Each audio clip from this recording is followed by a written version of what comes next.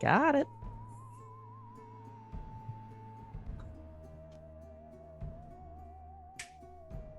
And welcome back to another episode of the Tapehead Massacre podcast with better audio quality. I am Tyler. And I'm Caleb. And what the fuck is going on, everybody? It was one of those weird weeks again. What can I say? Caleb holding the fort down, with our scheduling issues, in my, life and bullshit and how that gets in the way. But we're back, man. And like I said, with better audio quality, I now have the official mic that we use when I would be typically at Caleb's apartment recording this. So you can actually hear me clearer. And I already mumble, as you guys know. If anyone listens to this, I am like the lowest of low talkers. So it's good to actually have a fucking mic in my face so you can, interpret what I'm saying, which is positive. But, we've essentially had a week off, or at least I did anyway. Caleb, he doesn't stop, man. He's a fucking, he's a cold killer, yeah. Stone cold. Listen, I'll tell you, man, I doing the episodes by myself, it's interesting. It's hard to riff. It's very lonely. It's hard to riff by myself. I mean, I try to do what I can, because we want our episodes to keep coming out, so you guys have weekly binge content to take care of and listen to. But no, we're back, and we're both sounding good. I got Tyler the proper setup so he can stay at home and we can do the show still, and it sounds like we're still in person. That's it. It's a work from home. I work remote now. I work remote in my professional life and now my personal life. So and now in his professional life, he's gonna sound great there too with this microphone. Oh yeah, I'm hooking everything up through the fucking laptop now, and they're gonna be like, "Oh my god, this audio quality is astonishing." It's little funny because the interviews that I've done in the past couple of months, I get on Zoom or whatever, and they're like, "Is that a microphone?" And I'm like, "Yeah," and they're like, "Oh, that's awesome." And then I've been so tempted because they ask why I have a fucking microphone. I'm half tempted to be like, so I have a podcast, and drop the podcast in there, but at the same time I'm like, well, I'm trying to get hired by this company potentially, and I don't know if they're gonna be too keen on the whole horror thing. So because I know when I have my webcam set up, I have it set up over here, so that way Black Sabbath flag is the only thing in the background, and my guitars, but you can't see all the Camp Blood posters and all the shit from Mahoning and all my fucking tapes and shit in the back.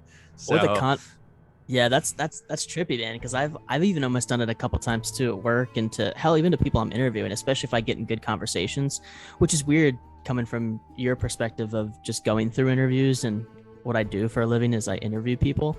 It's kind of weird to see the other side of things sometimes, especially once I do it 10 to 12 times a day.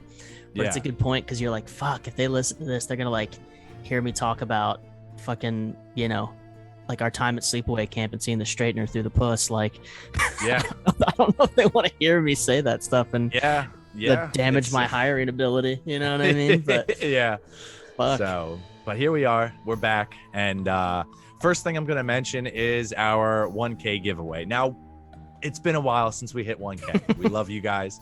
But it took us some hard thinking and a lot of brainstorming as to what was going to go into the giveaway. But it's up and running over on our Instagram. You get a bunch of tapes, and you get an autographed 11x9 print from Child's Play, signed by Brad Dourif, the voice of Chucky himself, and you get a delicious bag of Camp Crystal Latte coffee, and I mean, you get a good selection of tapes. I believe we threw in. I got them right here. So we got. This is what we got. This is our. We got them. So it's Ghostbusters, Night of the Living Dead, The Others, Tales from the Crypt. Fuck.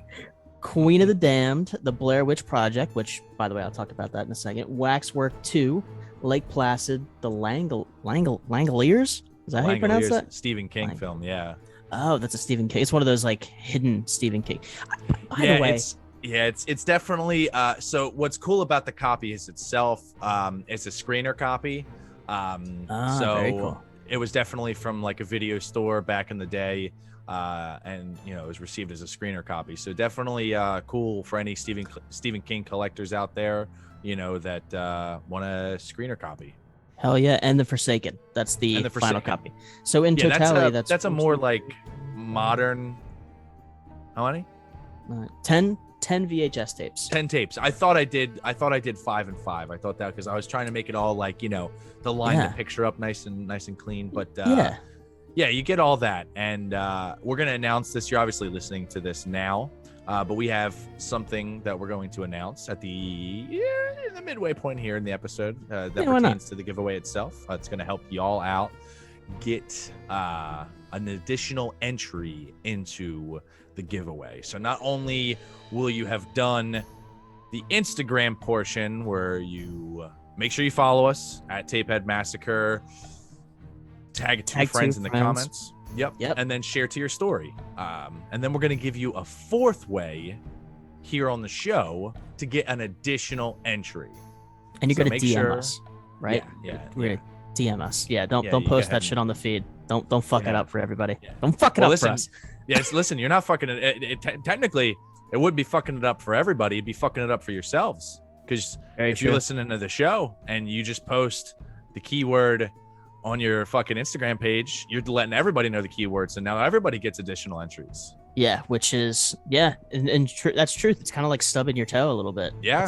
So listen, you got to make this very very on the inclusive, DL. The DL. Yeah, the DL indeed. But that's what the whole thing. We're trying to give our listeners. The giveaway's cool. It brings in a lot of attention. People come into the account and they check it out. But as Tyler and I were talking about before we recorded, we want to offer an additional chance to our listeners to get their hands on all these goodies. Absolutely. No, 100%, man. I think, and we understand it too. I mean, the Instagram is where, a lot of the traction comes in, and this whole podcast basically morphed off of that in reality. Right. So, we want to be able to thank the people who not only give us, some sort of inclusion on Instagram, but actually take the time to listen to us. Right. Because we put a lot of content, we put a lot of effort into it. It's fuck. I mean, it doesn't sound like much. You're like, well, you're watching a movie and then you're coming to a podcast and, and just kind of riffing from there. And well, yeah, some of that is very true. But, we do put the time in, and we appreciate the people who, listen and, give us feedback and on how good it was. And, we've gotten a bunch of comments and stuff. So we want to give those individuals an additional shot at it. Right. Yeah, it's, absolutely. Without a doubt, we want to be able to give that, give them that ability. So thank you to all those people, by the way, as well. So yeah, you'll hear it come through. Yeah, you sure will. Look for it. You gotta look. You gotta listen and That's look. It. Well, a lot's been going on, man. I think a great place to start for me personally, because it is my franchise after all. Yes, I have claimed the franchise. This is Tyler's. Selfishly, except for one movie, and we won't talk about it. But hot take, not really, because I've said it about 8 times on this fucking podcast across like 6 or 7 episodes. Halloween Kills, man. They just released a trailer. What day did they even like a couple weeks ago? A week ago? Not even? No, it was actually a couple days ago. Wow. My days really get fucked up, huh? Days for like weeks. I'm gonna check this out. Hold on. It came out. Let's see. June 25th. This came out on Friday. Okay, so 3 days, but apparently I can't tell because 3 days is apparently 2 weeks to me. So that's feels like a long time since I've seen that trailer. I mean, work, has been, it's been brutal. But on the plus side of good news, I'll be getting out of this job and getting into a new one that will open up my schedule, and I'll have human being hours. There you go. Yeah. Oh, you'll be a Monday through Friday boy? I'll be a Monday through Friday, 6 to 3. Oh, welcome. Dude, that's a fucking sick schedule. In early, out early, man. That's going to be a transition for you, though, isn't it? I know you're a night owl. Listen, I am, but at the same time, I am a morning person. So, like, I'm not the type of person that is, like, up all night and then, like, sleeps until fucking noon. You know what I mean? Yeah. Like, today, like, I went to sleep at, like, 1 this morning. Maybe late, maybe earlier. I don't know. I drank a whole bottle of wine last night. It was a whole thing. But whole bottle of wine will do it to you. And by the way, just pause for a second. As far as like hangovers are concerned, I don't know if there's a worse hangover than wine. Wine is it's like sticking knives into your temples, to me. Yeah, it's a A lot of doozy. acid I mean, reflux. I try anytime I'm drinking, I try fighting. I try to fight the hangover before I have the hangover. So as I'm drinking, I'm hydrating, and then right before bed, chug a glass of water with 4 Advil. You're good to go. You should be gravy when you wake up. It works every time. Does it really? I didn't do it last night, so I felt like shit this morning. Oh, so there you go. yeah. You remembered that. Yeah, see, I'm terrible with hangover remedies, man. I don't do well. I never plan. There's occasions where I have planned or have thought on the fly to be proactive, but I'm never intentionally proactive. I feel like I'm almost like it's like a punishment for myself. Like, you did this to you. Like, you're gonna have to deal with it. Dude, listen, you gotta set up the bottle of water, the glass of water next to the bed with the 4 Advil before you get to that point. I'm also a big proponent to kind of like show our area. I'm a big proponent of Wawa in bed at about midnight, and then kind of just like stuffing that in my face, and then rolling in the next morning. That's it. Perfect. So when you're ordering from Wawa, literally just order a bottle of water, and as you place the order, just go grab your Advil. You're good. That's true, man. But see, well, I could do that. I just do it through DoorDash. I just sit there drunkenly. But dude, again, not to get way off topic here, because I know we're talking about Halloween Kills, which is much more important than this. But I do have to tell this story, and I forgot to tell you off air, if you will. Fucking last week, I forget where we were, Kate and I. We were drinking, as we do on the weekends, somewhere local.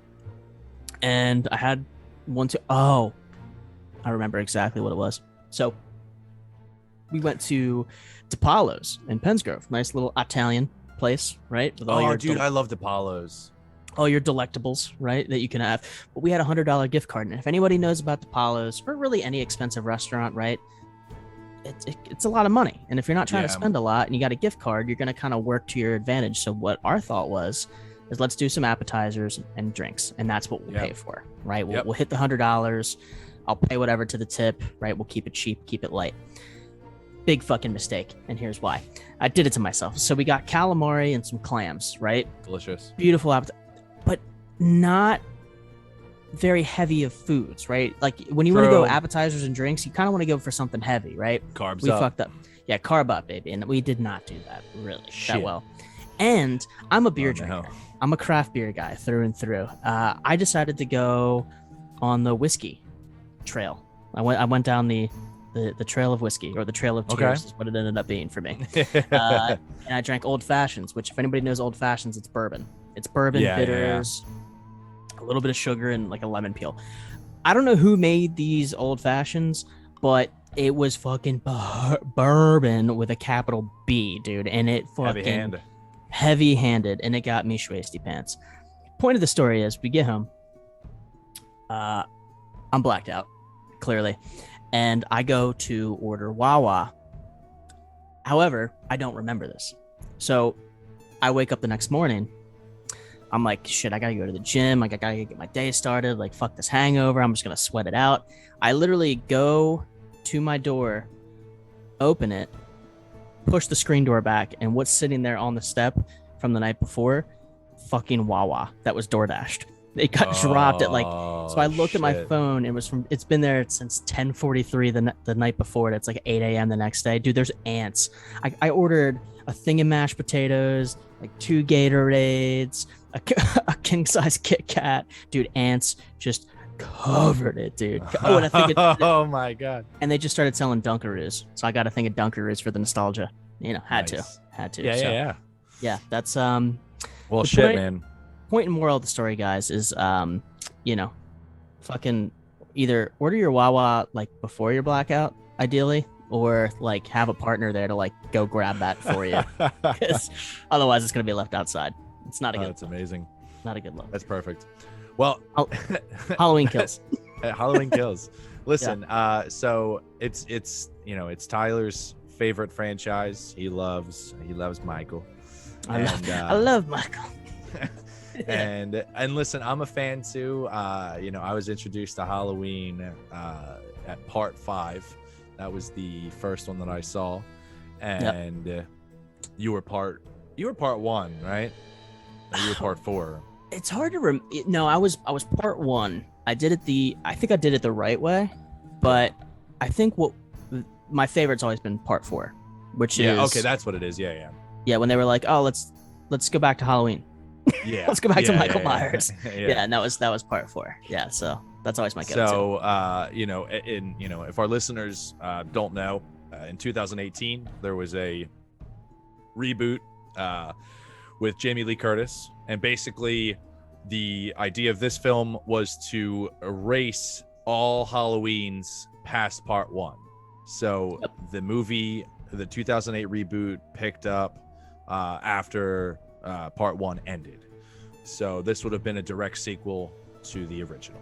And I really thought it was good. I thought it was done well. It's very brutal, very violent. Probably now, I would say that's probably my favorite of the franchise. Just because of how malicious it was. Michael in that is so visceral and just very destructive. And, he's been locked up for 30 years or something, I think it was.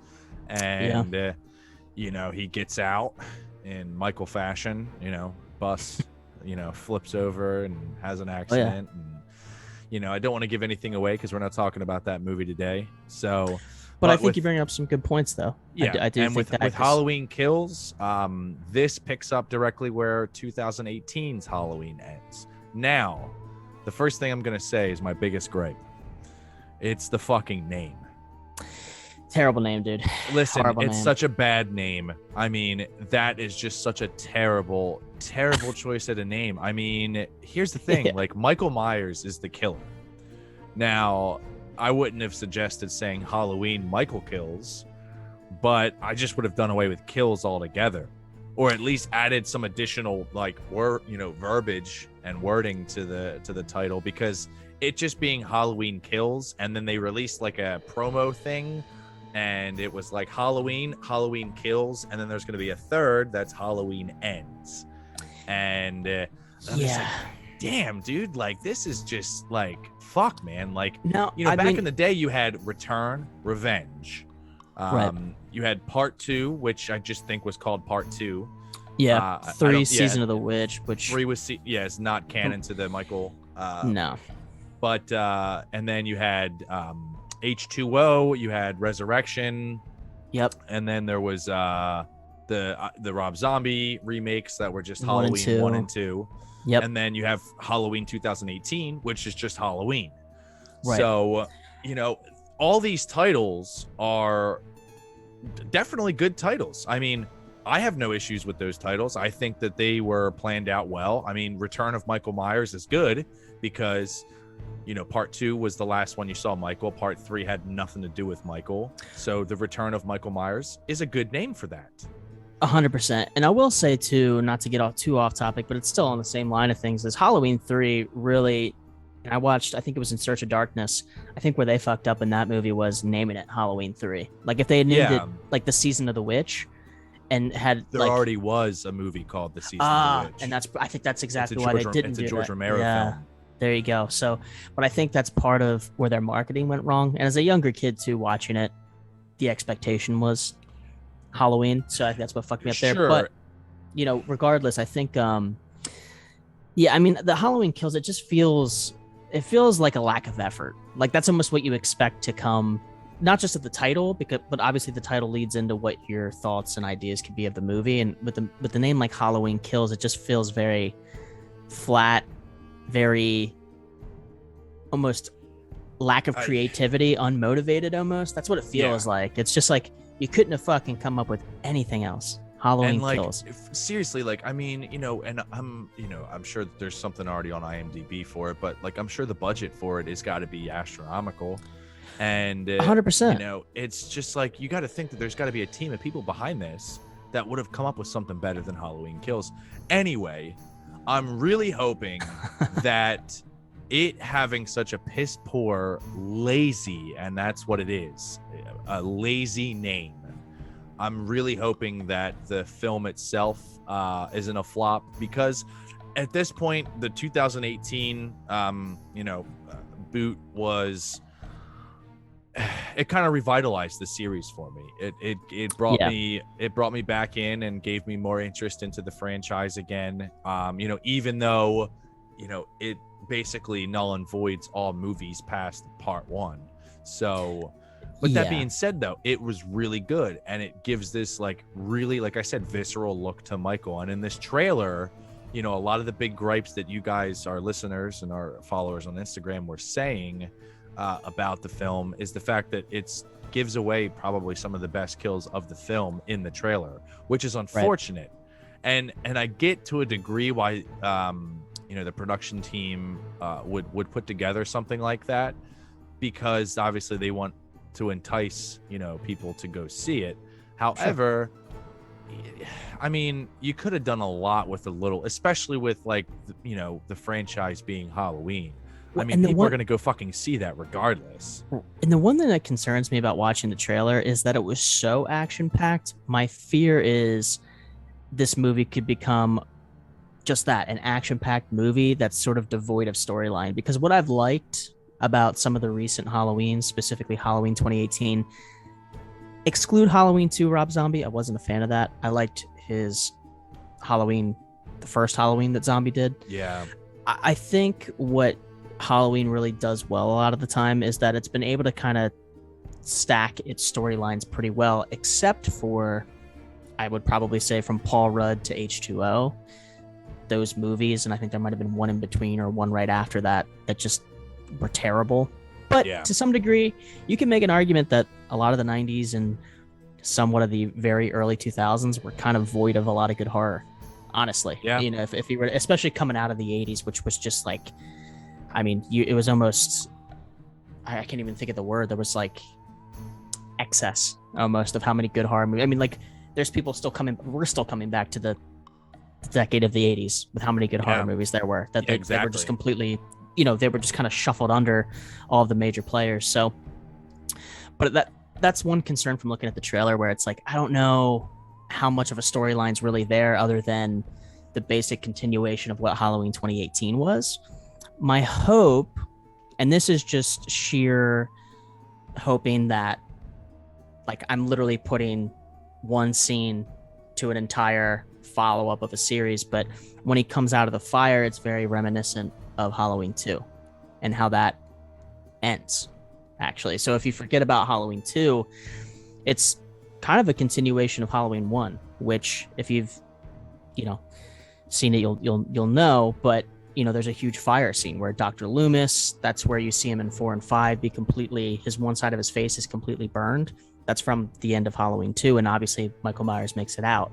In the trailer, you see a very similar thing where he's coming out of the house that was burned, where they trapped him in the basement, when he kind of comes out of the burning building. So I almost wonder if that's an allusion to the end of Halloween 2, and maybe saying, hey, this is kind of where maybe we thought Halloween 3 should have picked up, right? And where we could have done it. Because if you listen to a lot of the documentaries, especially in Search of Darkness, Carpenter himself, I think even makes the illusion I don't know if Atkins so much does, but I believe Carpenter does, where it's one of those things where they said, hey, you know what, really we should have just made this an entire separate entity of that franchise. No, in that doc they do mention that, where they definitely, I mean, I agree, that should have just been a completely separate film. It really should have. And I wonder, and then again, this is just me being this would just be a cool little nugget, is if they were hey, let's redo that wrong real quick and kind of connect that gap between 2 and 4. Although 4 is sort of that connection to 2. I'm almost confusing myself with numbers here. Yeah, no, I'm getting you. But regardless, I think, that's a genuine concern of mine, because I do hope there is, some pretty solid storyline outside of just the typical action and typical kills that, to your point, and to some of our listeners' points who've commented, it does sort of feel like they just kind of threw everything at the wall for the sake of the trailer, for the sake of the come view it in the theater. Yeah, I mean, listen, any type of well-known franchise, especially one like Halloween, which could be documented as the slasher that started the craze of the 80s slasher films, if that any movie that comes out with that title that has anything to do with Michael Myers, people are going to go see it. It's just like Star Wars fans. It's just like, you know, any type of big franchise like that. If there's films getting released, like fans of the franchise are just going to go see it. And you don't have to give away so much. I mean, like, fuck, like you really like if you think about it, if you know how the last one that, you know, the 2018 one, if you know how that ends, then the beginning of this trailer gives away pretty much like, okay, I mean, you got to figure it's a Halloween movie. Michael Myers is going to be back, but it shows how he gets out, what he does when he gets out, and you know, you get a sense of the plot, which is, you know, fine. I like the nod to H3 as well, because you see the oh shit, the fucking well, you see the masks from Halloween 3, which I can't think of the company. And you know what else pissed me off? Good luck, good fucking shit. I can't think of what the fucking company is called. It's gonna drive me crazy. But yeah, you see those masks and it's like people killed. But now and it just, to your point, it just felt like they gave too much of the movie away in that trailer. Like, for instance, when they take the mask, they take his power almost. Like, why are you showing that in the trailer? I feel like that is a perfectly good piece of the movie that you should leave for the viewers to come watch, because to some degree, right, I think you kind of alluded to it, and what sometimes bites these franchises in the ass every once in a while, not every movie, but certainly parts, is that they kind of know they can bank on the sale of the killer, right? Whether it's Michael Myers, whether it's Jason Voorhees, whether it's Leatherface or Freddy or Pinhead, right? You can kind of almost know, all right, just on this alone, we're going to get X amount of viewers and asses in seats, right? And I think they can kind of get lazy because of that, which I'm hoping they're not doing with Halloween Kills, of course. You know, and I'll hold out hope for that. But you always have to worry about that with these major franchises. But I think, you know, to some degree, it's like with the trailer, it's like, did they just kind of, and you've seen it before with other movies where they literally just pull every punch in the trailer, and then you go to see the movie and you go, oh, I just saw all the good parts in this trailer before I even went here. And like, you almost felt like you wasted your time. So, you know, I hope that's not the case with this movie. Fingers fucking crossed. Silver Shamrock. That's Silver Shamrock. Yeah, that's the company in the movie. But yeah, I'm also semi-hopeful they show his face, because here's the thing. Typically. Yeah, I mean, you've seen like darkened shadows of his face in like part 5 when he's like floating down the river and like the old man catches him in the cabin. The wonky eye from I think the first film when he gets the fucking clothes hanger, I believe. Yeah, I might be missing a step there, but yeah. So, like, you know, there's been glimpses, but like, yeah, dude, like giving away the fact that like his mask comes off and like Laurie Strode's daughter, you know, is just holding the mask and she's like, "Is this what you want?" Like, you know. It's like, God, come on. Like, that could have been saved for the movie. You know, I could have just been like hype. I mean, I'm still going to be hype, you know, I'm sure in that part, but it's like, God damn it. Like, why did that have to be given away? You know what I mean? Like, but yeah, that's the thing. Honestly, dude, I'd have been stoked if they posted a thing that had Laurie Strode and it was like Halloween Kills. Hopefully they would have had a better name if, you know, I had it my way, but you know, it was just like, let him burn. Yeah. Like, if it was just like, you know, she just says like, let him burn, you know, like have that happen a bunch of times and then like maybe see the mask on the ground or something. Like that could have been the fucking trailer right there. I mean, you know, whatever. I digress, but yeah. I mean, and part of me too, with how long some of these franchises go on and on and on for, you almost wish there was some finality to it as well. It's like, what is driving Michael Myers? Like, what is his kryptonite, so to speak, right? You never see an end to him. You just see sort of like a pause. And I almost I forget which one it is. What's the cult? What's it? Not the cult, the fucking it's the cult that gives him like voodoo powers. What the hell is that? Let's see. Michael Myers. We're gonna do cult. It was in Curse of Michael Myers is when they introduced the cult. That was the Paul Rudd one. Oh, yeah, that's Thorn right. Cult. That's right. Cult. Yeah, and they like give him some type of like supernatural power, and maybe it's in the mask. I don't know, but that's what I'm gonna go ahead and assume is that it's in the mask. I mean, it's not really explained, but yeah, like I mean, you do kind of search for that. I mean, you definitely, I don't know, like I feel like you want, if you want like a revision to like slashers or like keeping a franchise alive, like there hasn't been like a new franchise in No. some time. I guess the last one that you could say, which it just came out with one too, is the Saw series. Or you could say The Conjuring and Insidious. Okay, sure. In that franchises. sense, but I think, But not like a true slasher. Yeah, series. and like, because like when I think of like horror franchises, there's a killer involved. Where like The Conjuring and like the Ed and Lorraine Warren type deal, like those are your, the protagonists that kind of follow back up again. Which, by the way, I did watch that. Did you? Yeah, the new Conjuring. What'd you think? It was really cool for the story that it told, but there was just like a lot of like, I don't know, it just like, it was like a whodunit is what it kind of felt like, and it was just weird. I don't know, but I would say that it's worth the watch just to kind of like keep up like continuity. But I don't know, there's just like, those movies get me to research the real Ed and Lorraine Warren, which Ghoul on Ghoul podcast just did an episode. Half of the episode is about Ed and Lorraine Warren, and I think it's Sarah who speaks on them, I think.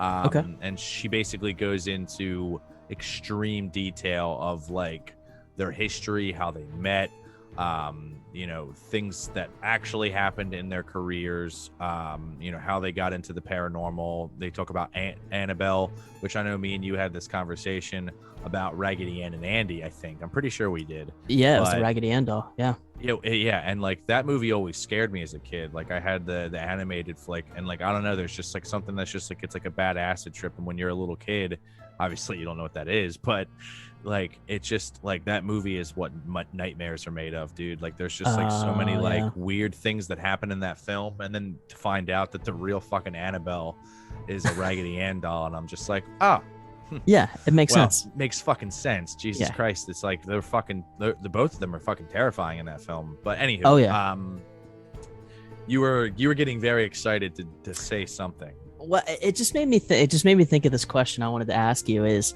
we talk about there really hasn't been a true franchise as we knew them, a la all the franchises I just named in us talking today. But I'm curious, is there a horror movie that sticks out to you that you look back and go, man, this could be a franchise, or I wish there was a sequel of this, like a continuation of? Is there anything that jumps out to you? Right off the top of my head, something that could have been done twice and like kept going. I mean,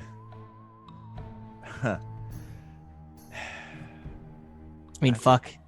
Hereditary could be one if you really wanted to. Well, yeah, that's mecca. Yeah, there's Hereditary could definitely be one. Just because there's no like resolution. No, you don't get what you want, as the viewer. Right? Yeah, you don't. There's no payoff. There's no payoff. What you think is supposed to happen or what should happen doesn't. So, there could have definitely been a continuation with that. I mean, fuck, there might be. Who knows? But I'll tell you one. I like this movie. I don't know how you feel about this movie, actually, and I feel like I'm saying this, and it's one of those popular picks of the time, if you will, with a major actor at the time who still is major in a lot of ways, but for other reasons. Fucking Disturbia, dude. You could have made a Disturbia 2 out of that if you had wanted to. Yeah, that was good. I haven't seen that in a really long time, but yeah. But we were thinking about just thinking along the lines of slasher films, because really what that preys on is the idea that could happen to anybody realistically. Right? Yeah, I mean, It's tough because like I feel like a lot of like if I'm thinking directly just slashers, a lot of the ones have a resolution where like the killer dies, a la, the Mutilator, Sure. dude's dead at the end of that, the Prowler, there's a lot of slashers from back in the day, like usually the killer dies. I mean, and like the ones where the killer doesn't die, there's usually a continuation of the film, because that was like, thing in the 80s where it was just like, well, if the killer doesn't die, we can make 5 more of these fucking things, right? And that's what you always waited. And that, I mean, how many times did that become a horror trope where it was like you almost waited for that TBD, right? Whatever that ending scene was, that was in fact TBD. Well, I mean, shit, you had fucking Jaws, Yeah, Jaws, same deal. Absolutely. I mean, how many? 3. At least 3. Yeah, I think there's 3 because there's 1, there's 2, there's the Revenge, which is 3. I don't think there's one that follows that up. But that's a creature feature that like, the creature dies in the beginning, but there's a ton more sharks out there, so you could just keep making more movies. I mean, and along the lines of that, like I Know What You Did Last Summer, that had a sequel, kind of slasher. Still Know What You Did Last Summer, which is like that's just as bad as Halloween Kills, dude. Or vice versa. It's lazy, man. Final Destination's not really. Listen, the Final Destinations, I did enjoy those. I thought that they had a really interesting premise, and they kept them going for a long time. I know there's quite a few of them. I've probably only seen like 2 or 3, and I think there's more than that. But like the first one's a great one, and I definitely don't want to think about that movie right now, seeing as I'm going to be going on a plane in 3 weeks. Yeah, let's for not. The first time ever. Yeah, for your sake, dude, let's not think about that into someone who fears heights and flights. Not my thing, not my combo. Yeah, dude, you don't want to be thinking of that. A couple things that I found out recently. So we might have to actually go back. I know we shoot it away for our May of the Dead, month theme, but I think we should go back just for this one little thing that I was not even aware of. The 1990 reboot. Night of the Living Dead. And one thing I found out about it was Bill Moseley's in that fucking movie. What? Yeah, he plays fucking oh god damn it, Barbara's brother. What the fuck's his name? I couldn't think of his name. God damn it. They're coming to get you, Barbara. Yeah, is his name guy. Like John or something? It's some like white ass name. It's some super white name. It's gotta be. I forget off the top of my head. That's who Bill Moseley plays in that. Really? So obviously, as we know how the plot goes, Bill Moseley doesn't have that long of a part in the film, but you do get to see Bill Moseley as a zombie later. That's true. So definitely cool. You want to hear a fun fact as well, kind of connecting a couple movies that we just spoke on, as a matter of fact. And I believe this is the movie it's from, so let me double check real quick. I believe... Fuck, dude, I just saw it. The woman from Insidious, the older lady. Oh yeah. Oh my god, what's that word? She's I forget her name. Ellen. Is it Ellen? So it's Lynn Shay is her. Lynn Shay, that's it. Lynn Shay, yeah. Lynn Shay, but she is in. Good old Ellen. She's in an OG horror movie that. You know what she's in? Nightmare on Elm Street. She sure is. She's the mother. I'd never fucking put 2 and 2 together on that until dude. Either last night or the night before. But I mean, you got to think. I mean, she's got like a full-on like 80s fucking blowout in that movie, so like it might be a little hard to tell it's her. That's true. Yeah, I mean that's 100% her, man. Yeah, she was in Nightmare on Elm Street Part 2, I believe. No, she's Uno. She's in the she's an OG. Oh shit! Nightmare. She's the OG Nightmare. Yeah, she's also in The Grudge, which I forget about as well. Yeah. I just watched that like a couple months ago too. I can tell you what, man. I never got into The Grudge. It never really. It didn't do it for me. The Ring did it for me. The Ring was cool. Honestly, I think I'd prefer The Grudge over The Ring. Really? And I think the reason why is that now there was The Ring is a remake. Correct. So it's called Ringu as a Japanese film. That one hits a lot harder than the American version of The Ring.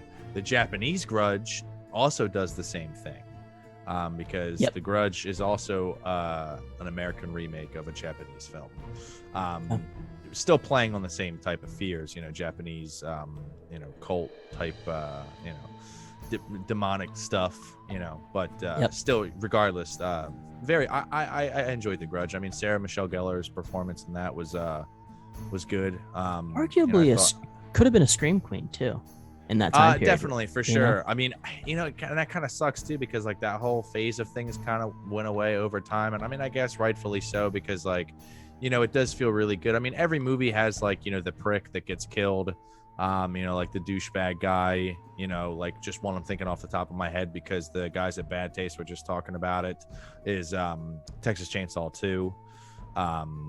Okay. And that the opening scene is just like these two fucking assholes just driving down the highway, just like playing chicken with cars and like just being real fucking pieces of shit. They call into a radio show and, they're just being real annoying the whole time. And then they get theirs in a really fucking insane way.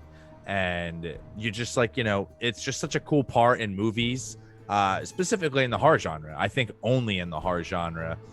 Where you love to hate these characters. Oh yeah, and you hate them so much that when they get theirs, even though what's happening is wrong and that it's wrong, but when they get theirs, it's just so satisfying, because it's just like, fuck you, And typically with horror movies too, if you watch a lot of them, especially when you're young too, and the whole dynamic of whether it's middle school or high school, the individuals that typically get their comeuppance are the people that in real life you wish got their comeuppance, right? It's always the jock douchebag bros, the cheerleaders that always get theirs first. But who comes out on top typically is the more sentimental, reserved, wallflower type, who usually out clevers or outsmarts whatever it is that they're facing, right? Which exactly, in a lot of movies you don't typically see it that way necessarily, and at least in a lot of mainstream movies, but horror movies really make it a point to be that way, and I think that's why to some degree it really I think it hits home for a lot of people, right? And why I think some people had gotten into it, but also can relate to that whole dynamic that usually unfolds. And you're right, I mean, a lot of fucking, you kind of, especially in those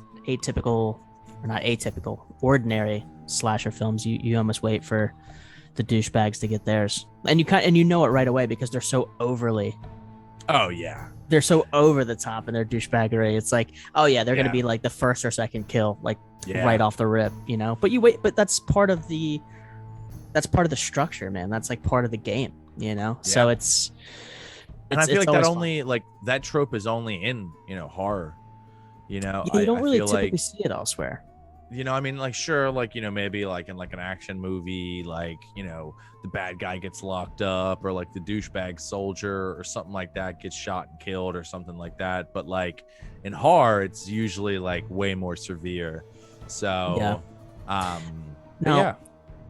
got something for you, man. And I know we wrote it down before, but I'd be curious to know, as far as series are concerned, we do talk franchise a lot. That seems to be our sticking point in kind of where we go in conversations, if we're riffing or talking about films that aren't necessarily that, right? There'd be C-list type of movies in terms of the canon of horror, in their decades, in their, in the grand scheme of horror. But I'm curious, right? So talking about the franchises like we do, I'd be curious to know where you rank them, right? Specifically these five, right? And these are the obvious five: is Halloween, Chainsaw, Nightmare, Friday the 13th, and I think it's worth involving Hellraiser. Yeah. So for me, this is actually a really easy list. Really easy list. Now, I grew up watching these over time, and a lot of them I was introduced midway through the franchise. So, for instance, part 5 of Halloween was the first for me. Hellraiser was like part 3, I think, maybe even later. Nightmare on Elm Street was the second one. I didn't see the first one first. I saw the second one first. And Chainsaw, I saw the first. And so I would say this is a pretty easy ranking, and just naming it off like that. I'm going to go Texas Chainsaw Massacre, Friday the 13th, Nightmare on Elm Street, Halloween, Whoa. Hellraiser. Wow. All right, so we have one. I think we have here's- one thing in common on this list. Here's why. All right. Chainsaw fucking holds pissed. it. Yeah, I'm fucking pissed here. I'm gonna throw fucking bows. What the fuck are you talking about? So, the Chainsaw, I've talked about it a ton of times in the episode. We covered it on the episode. If you haven't listened to that episode, go back and listen to it. If you want to hear my love for that movie, if you want to hear Tyler's love, go back and listen to our Halloween episode. And yeah, so either way, that one holds a soft spot for me, solely based on the fact that, it was probably one of the first few horror movies I saw. Chainsaws to this day still scare me. I don't know if it's because of that movie or because that movie might have scared me because I was already scared of chainsaws. The noise is just loud when you're a kid. Really loud noises just scare you. So, to this day, if I hear somebody fire up a chainsaw, I'm like, oh shit. And then right below that's Friday the 13th. And that I probably wouldn't have gave you that answer a year ago. And the reason I say that is because I always loved the Friday the 13th films, but I gained pretty much a new appreciation for them after watching Kane Hodder's documentary. I forget what it's called exactly. It's on Shudder. Yeah. But yeah, so I watched his documentary and it gave me a new appreciation for the film. Kane Hodder is also known as Victor Crowley in the Hatchet series. And, he's done a ton of stuff. He's, been a stuntman for years. And, his work with the Friday the 13th franchise, he's my favorite Jason.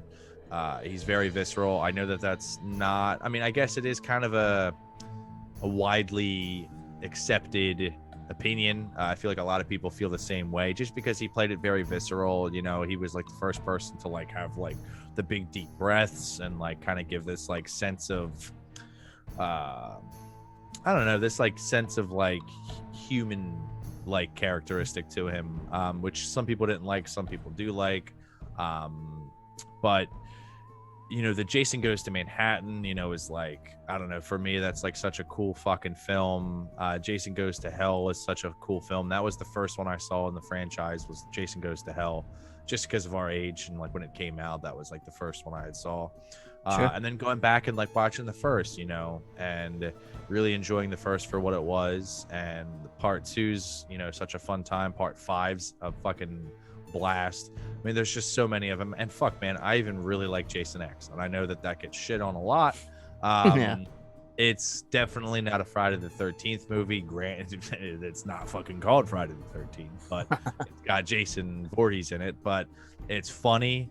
It's got a crazy fucking kill in it when he like freezes the face, pulls it out and smashes it, and fucking face explodes. Shit's crazy. But yeah, that's why I rank Friday where it's at. And then after that, I'd follow that up with Nightmare on Elm Street. I do that because Robert Englund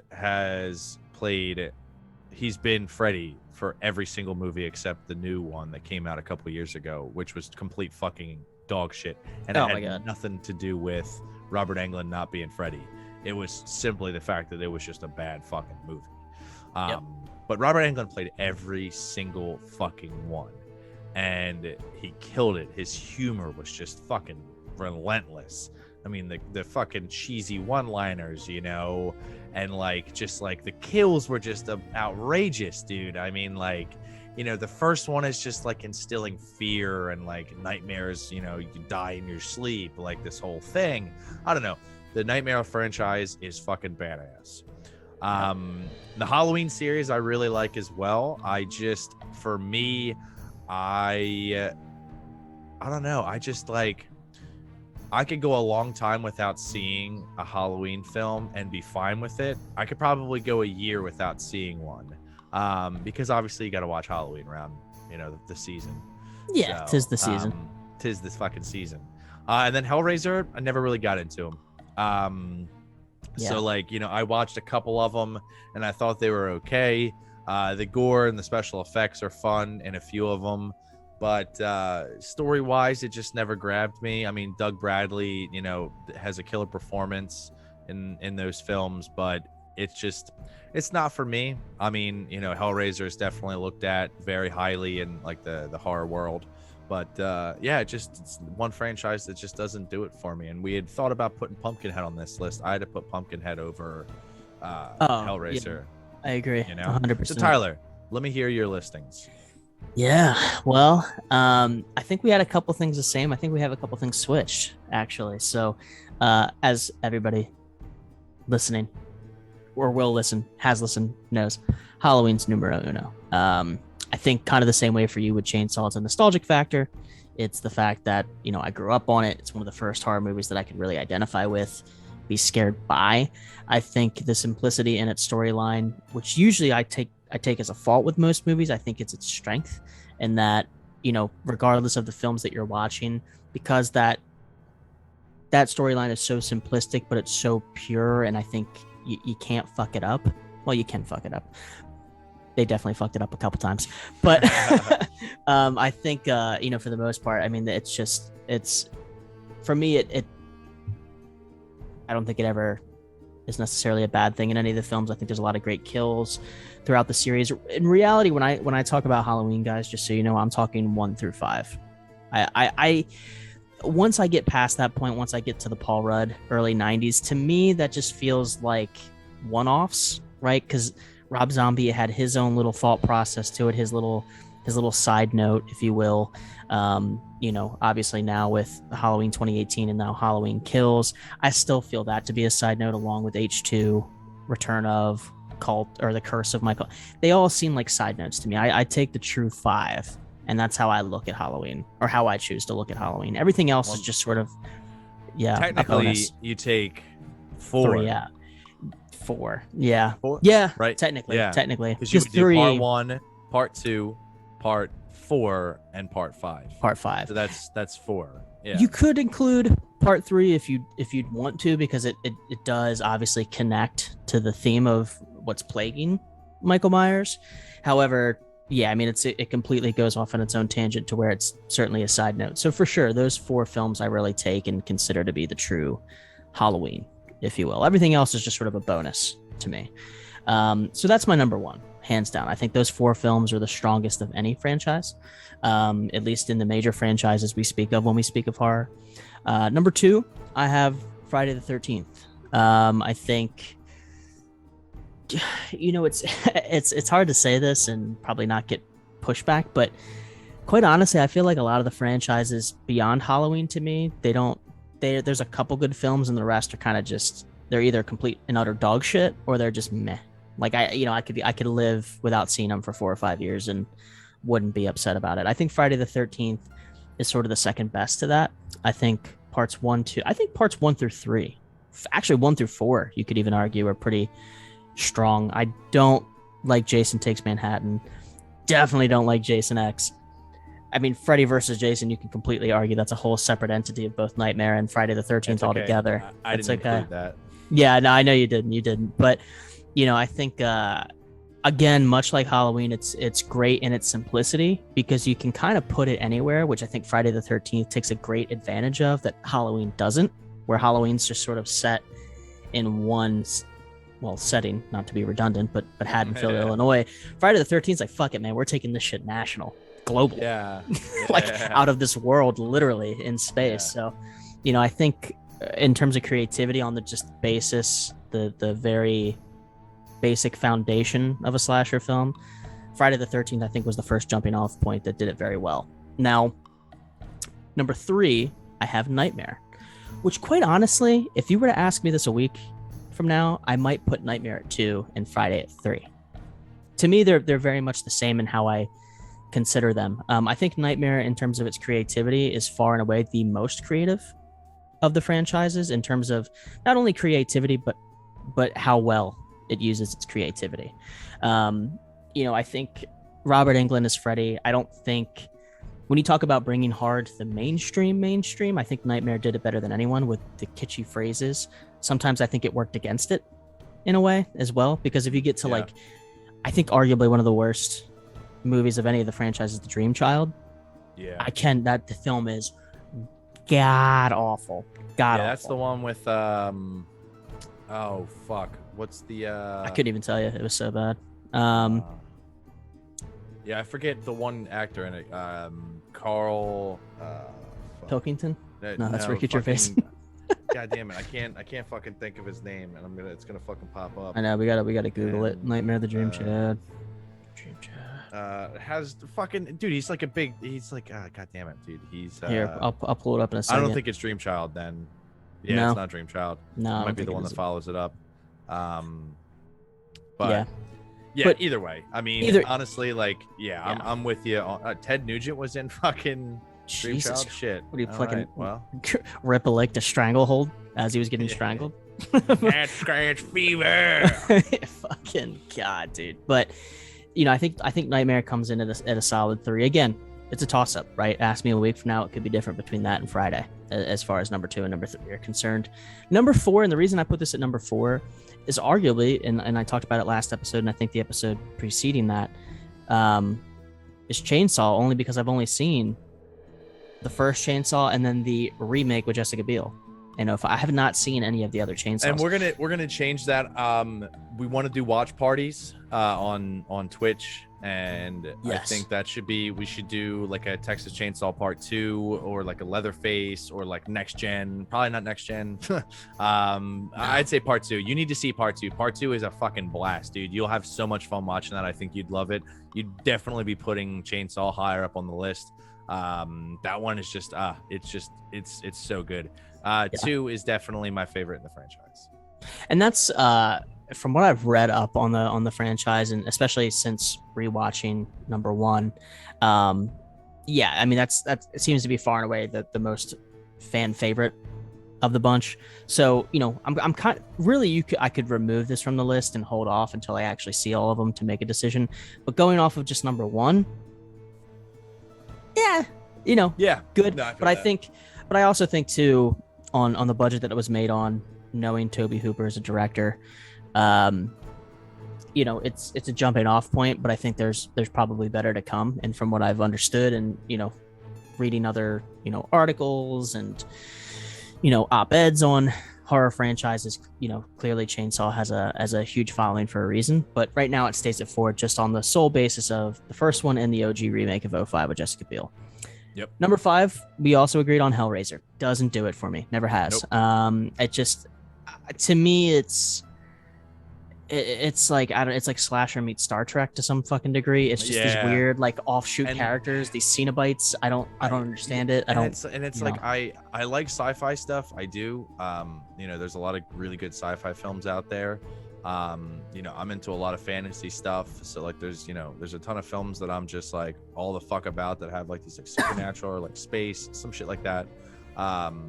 Hellraiser being like what it is the Cenobites, I think, have a comedic element, but it's just like unintentional. I don't know.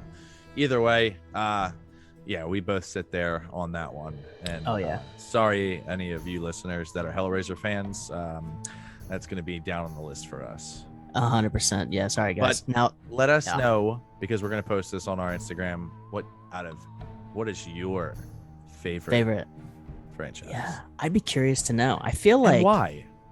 Yeah, and why? That'd be good too. I want some explanations. Hit us in the DMs. Let us know why. Tell me why I'm wrong. Tell me why Caleb's wrong. Tell us why we're both wrong. Yep. Maybe we're like collectively. Yeah, we love it. Yeah, it's a kink. But how about this, buddy? We're on borrowed time here. Daddy's got to mow the lawn. You got to mow that lawn. It's a field out there. You guys have no idea. Also, I'd love to know. DM us. I want to know people who actually like mowing the lawn, and wherever you are, I'll fucking pay you to come over, because I can't not stand it. It's instant gratification, and I get it. But when it's this fucking hot out, like, it's like who wants to do right it, now? Dude, it's not, and it's not. Well, we do have local listeners. So we do. Where's my local landscapers at? Shout out my local landscapers. Come through. I'm not gonna pay a ton, but like, I don't know. We'll pay you in tapes. Yeah, I'll pay you in tapes in like $10. How about that? Yeah. There we go. There we go. 2 other big ones I think we should hit here that we made mention of. This might be harder to answer, right? Because we're kind of having to go off the cuff, if you will. Caleb, I want to know, out of all the horror movies you've seen, regardless of decade, regardless of genre in the horror canon, if you will, the most underrated horror movie and most overrated horror movie. And if you need time to think, that's okay. You can take your time. Dun, dun, dun, Dun, dun, dun, dun, dun, dun. dun, dun, Um, dun. Dun, na, na, na, na, na. All right, so overrated. I'm gonna start with that. Okay. The most overrated horror movie. Now here's the thing. When I was younger, I definitely was like, elitist with music. And it was like, oh, if you like this band, that's fucking corny. But like now I can't be like that because like, you know, everybody has their own taste. You know, I've grown up, I've matured. Everybody's got their own taste. Now it's going to apply the same way with movies. You like what you like. I am not the biggest fan on, you know, certain things. I'm like, you know, I'm noticing that like I'm a big zombie guy. I have a lot of zombie films and I love a lot of zombie films. I don't know, for me that's just what works, you know. Unfortunately, I'm now collecting action movies from the 80s, so this has become an additional problem to my collection. You know, and I'm double stacking tapes now. This is just not good anymore. I need to buy a new shelf. I'm out of room. My list says that I've exceeded 600 tapes, so I need to I need to get another shelf. But either who, it's hard for me to answer the overrated one, but only because, you know, I don't want to shit on something that somebody enjoys. And there's a lot of things that people enjoy for multiple reasons. You saw it when you were young and somehow it influenced you in a way, but overall it's a bad movie. Things don't hold up. You know, but I think the most overrated horror movie that when anyone thinks of horror and, you know, just this like amazing piece of work that for me, it just doesn't really tickle my fancy. I'd have to go with,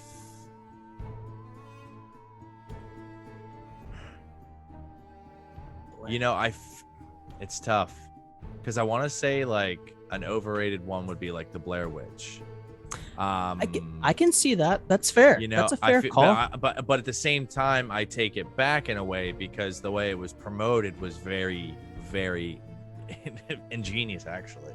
100%. Because it was just like promoted like this was fucking real. Like what you were watching was some fucking dude's fucking camcorder, like that somebody found in the woods. You know what I mean? So, and you know, I give it props for that. So it becomes a hard decision on that element. But I will say, a big one that's a blockbuster horror that is overrated sits high. I mean, you could say the Blair Witch. Here's why it didn't do it for me. I watched it when I was 7 years old. So 2000, because Blair Witch came out in 99. So I was 7 years old. But that's also the great thing about horror movies. You can kind of get set up like a joke. Because my cousin at the time, Mark, as you know, had told me it was real, and we watched it on VHS, which I just found that going through all my old shit, by the way, Blair Witch and Cujo on VHS, so I was stoked for that. But it scared the living fucking bejesus out of me. It's one of the first horror movies I remember that like stuck with me outside of like Halloween and, you know, a couple others. But not to derail your point here and your thought process, but it's funny how people remember things. Yeah. I got one. Yeah? I got it. It's actually, I don't know why it didn't come to me sooner, but you saying early on things of that nature, dude, it. Whoa. Okay. Way overrated. That's a hot take. It's a hot take. Yeah. I don't know. I like it. I don't love it. I mean, I could watch. We're talking Tim Curry, right? Yeah. Tim Curry. I could watch that.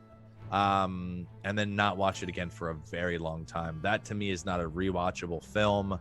It's good, but I think it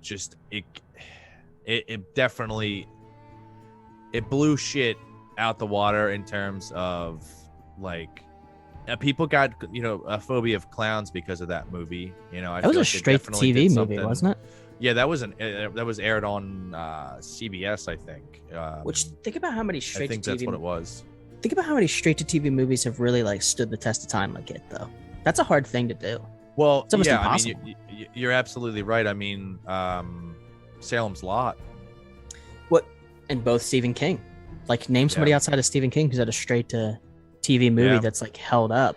Hard to But do. for me, Salem's Lot fucking holds way more weight than Salem's Lot's it does. real deal, dude. And I'll be completely honest with you. If you're talking run of the mill average go person to what that watches horror, I bet you they maybe not that just like dives the surface level, that they might know it, but they might not know Salem's Lot. I mean, it is a huge movie, don't get me wrong, but like, people would be more inclined to know about it, Pennywise the Oh, Clown, sure. versus Salem's Lot. The time differences were also much different too when they were released, if I'm not mistaken.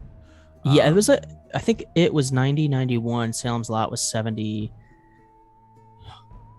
Yeah, It was in the 70s. I know that much. Yeah, there's maybe like a 20-year Yeah. gap. Yeah, 15, 20. But yeah, so I would say that's for overrated. And underrated, I feel like that's an easier one for me, because then I could just think of something that's like not really, getting out from underneath, the rubble. crevice it's in. Honestly, I just watched it again today before we got this, and clearly we haven't talked about a specific movie today. Reason of that being is the fact that we both watched separate movies, thinking we were watching the right movie. Communication strong here, you guys. Communication. So here's strong. what we're gonna do. Friday coming up, we're going to be recording an episode for the 1980 slasher The Prowler. Oh, yeah. Ba-da-ba-ba-ba-bam. So we're really excited about that. I just got done watching that today. And then next week, we're going to be recording an episode where we're going to be talking about a much newer film, Hereditary. Yes. So definitely going to be a lot of fun.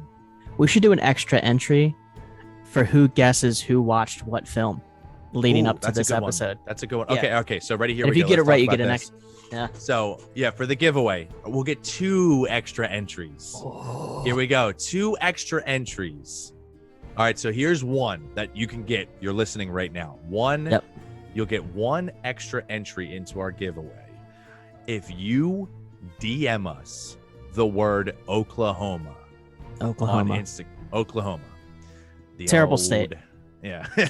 But if you Actually, sorry if anyone's listening from Oklahoma. I've never been there. I just think of tornadoes. I don't know. And like dirt. That's just what I think of. But it's a very obscure thing to just say. So yeah, when you DM us the word Oklahoma, you will get an extra entry into our 1,000 follower giveaway, which gives you all the things that we mentioned before. And we'll give you an additional entry if you can name who watched what movie this week. Yep. So out of the 2 movies, it was Hereditary and The Prowler. Who watched which movie thinking that was the movie we were going to be reviewing today? I love it. You your extra entry. Extra.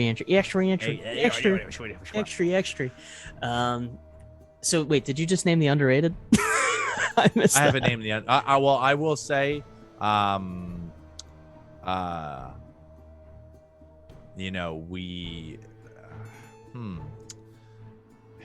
it's tough because it's like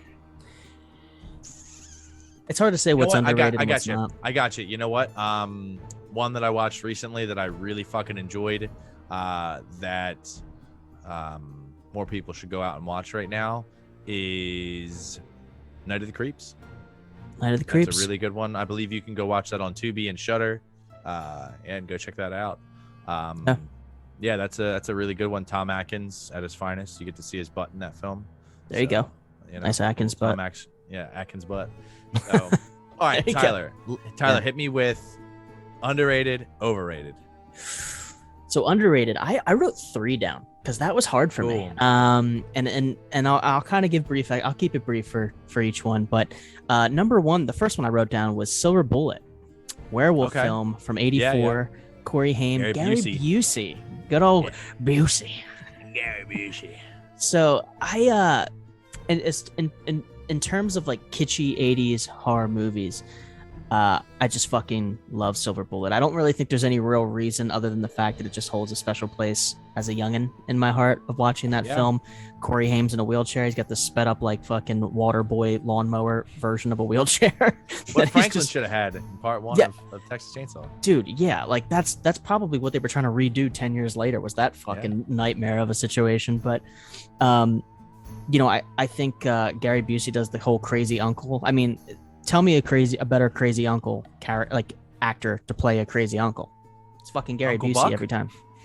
John Candy, Uncle John Buck, Candy. yeah. I mean, He makes great pancakes. He does from garbage, yeah. That's literally it. But Gary Busey, I think that's the only role I really know him from. Quite honestly, I don't know outside of that any other movies. He might have been other famous movies. Yeah, Gary Busey was definitely in a ton of shit, and Silver Bullet's the first one that comes to mind. And that's 100%. Also coming out in a time of the 80s, which was kind of getting flooded with werewolf movies. Yeah. I mean, you had the American Werewolf in London. They were 3 and 2 and 3 years before that, I think. Yeah, to some degree. Yeah, so like that's like right in the ballpark. Yeah, 2 major werewolf films, absolutely. And I think it got kind of lost in that, quite honestly, quite a bit, especially for its time that it came out. It's been a while, and I mean, since I've seen Silver Bullet, but I know that The Howling, or no, actually, American Werewolf in London gets deemed the best werewolf transformation. Yeah, which for its time, arguably, it's a really gruesome scene. And I don't remember his name off the top of my head, but I think my favorite character amongst those 3 films is the priest in Silver Bullet. That is very creepy. Still holds up today, in my opinion. And I also like how the townspeople get involved with it. It's this whole all-out war. They kills the fucking kid, the friend of Corey Haim's, which that's a whole nother subject we could get on of horror films that they don't really do today. Hereditary does, but a lot of films don't do today is they don't put children in danger as much as they used to. And if you ever really look at horror films, for obvious reasons, but I think it always brings another level of terror to things, but totally beside the point. So Silver Bullet, I think, is certainly a highly underrated film. A newer one for you that I don't think gets a lot of respect. I feel like a lot of people either love it or they hate it. And I'm on the side of loving it. 30 Days of Night. I don't think people don't give that a lot of credit, but I think as far as vampire films are concerned, what they do with the vampires, the language that they speak, and the whole play on literally an actual phenomenon in Alaska, 30 Days of Night, I think they play that up to such a high level, and Josh Hartnett's great in that film. And Melissa, what's her last name? The blonde in that film. I can't remember her last name. I think she's in Slither too. Another good film. That's a fucking good. That's a really. I actually go back and watch that now that I think about it. All right, so actually, they were the only 2 I wrote down. I think I had a third in my head and I just forgot it. So I'll give Silver Bullet, 30 Days of Night. Actually, you named it. Salem's Lot. Underrated film. People do not speak about that. That's a good one. I mean, that's one of the ones that definitely gets pushed under the rug, just because of its time. And I mean, like there's since been other movies, Fright Night, that could kind of push that back, to kind of do like the whole vampire and like the gluttony of it all. Familiar, like having like a familiar that takes care of you. This whole thing, there's even the Lost Boys. There's just Blade. Not that those movies really correlate too much with Salem's Lot, but like there's just a lot of movies over the decade that have come out. Before, during, after, they kind of just overlap it. Yeah, I agree. Now, as far as overrated's concerned, a film that I think great actors. I mean, like, and I'm talking great actors in terms of like great actors in the entirety of film history. Great actors. A film that's held in high regard, and I think it should be on its storyline. But for me, it doesn't do a lot. The Omen. Wow. Yeah. No, I can see that. Well, that's the thing. I mean, like, thinking about it now, I mean, Gregory Peck, amazing performance. Obviously, Damien the child, the suicide off the church is a crazy scene. But as far as for me, in terms of keeping my interest, I think it's too storyline heavy. It kind of reminds me of those courtroom horror movies that you'll see nowadays, like The Exorcism of Emily Rose, or the things of that original nature. Omen is a very big slow burn. And Very. like in terms of like those type of like possession movies, The Exorcist, in my opinion, did it better. Oh yeah. I feel like that's a much more intimate Rosemary's movie. Baby. Rosemary's Did it better. Baby as well. I mean, No, same. Well, yeah, fuck yeah. I mean, that's that's a little fucking taste into what we think's what's up with the horror world and things of that nature. But yeah, we have some bangers coming up they're going to be talking about. And let's wrap this up because Ty Guy's got to fucking mow the lawn before the daylight goes away. Yeah, he's got to do it up before I turn into a werewolf. Yeah, exactly. You can't let the clock strike 12. So, No. But so Ty, you got it to this week, or you want me to do it? Take it away, buddy, because it's I'll get you. It's been a long time. I'll forget half of it as I usually do. Yeah. So let's end it on a smooth note. And I trust all right, you, everybody, buddy. new listeners, old listeners, our listeners, everyone in our community. If you already haven't done so, make sure that you hit that like or subscribe or follow, whatever you got on your podcast platform. Turn on post notifications, episode notifications. That way, when we have an episode that airs. For instance, this episode's kind of a big deal. Obviously, we didn't talk about a movie, but we're doing the giveaway. And in the giveaway, we have, this extra little entry contest that you can only get the extra entries if you listen to this episode. So, that being said, leave a review, be honest with it. If you love us, leave that 5-star review. That 5-star review really does help.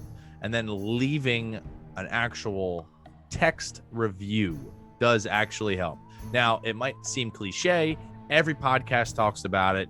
Make sure you, share, subscribe, like, share, comment, whatever.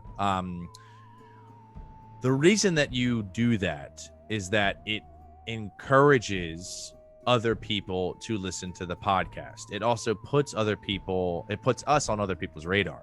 So it's kind of like once traction builds, people start seeing us. So this giveaway is helping a lot. So thank you everybody that's entered so far, and good luck to everyone. We're very excited about this. Shout out to Lunch Meat VHS for putting on VHS Fest, which we're counting down the fucking days, baby. We're going to be there on Saturday. Saturday is the only day that we can make it, but Saturday be the day. And then we have a VHS event where we're going to be at and vending. It's going to be in Philadelphia on July 24th. That is also a Saturday. It is from 12 o'clock to 4 p.m. And we'll be there selling tapes, laser discs, DVDs, Blu-rays, and we will also have Tapehead Massacre merch. So you'll be able to get up some tees and some koozies and all kinds of shit. So we'll make sure we have the works for you guys. And yeah, that's on July 24th. Yeah, and come stop out. Fuck, you don't even have to buy anything. Just say say what's up. Come say talk hey. to us. Yeah, honestly, I mean, like, we're gonna have stickers. We'll give a stick. Come get a sticker for free. We got the shit on lock. So come out and say hello. We want to meet our listeners. We want to hang out. And then if you're going to VHS Fest, like I said, we will be there. And we're gonna be walking around, talking to people. You'll get to be on the show and stuff because we're gonna do some recording there. So all that being said, this has been another exciting episode of the Tapehead Massacre podcast. Yeah. Thanks for tuning in. I'm Caleb. And I'm Tyler. And we will catch you Saturday, I think is when the episode will come out, for 1980's The Prowler. Deuces. See you guys.